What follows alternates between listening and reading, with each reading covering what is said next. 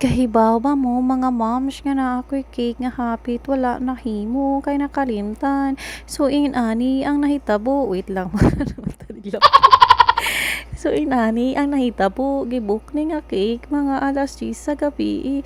Gidawat ra pod nako kay kakaya raman kayo sa power. So pagka 11:00 ako ni siya gipalamanan para makaset na dayon. Pero ang nahitabo na extra na double na triple na giga rush na hinua kay pagka 10:00 sa buntag nakalimot ko nga naday ko cake nga himuon nga baso-baso. Hagkoy naman lang unsaon na lang ni nato. Sumauto na sobra na hinuon siya ka rush order imbis na rush padaan isamot na hinuon siya ka rush maayo na lang gani kay gwapa gihapon na ato ang cake nga nahimo. Ay salamat Lord sa talent.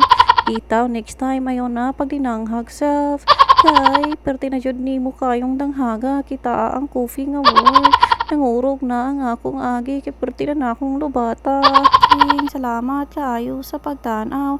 Gikapoy lang jud ko karong adlaw maunang na inani na ning akong tingog. Sa maoro to guys, salamat kaayo.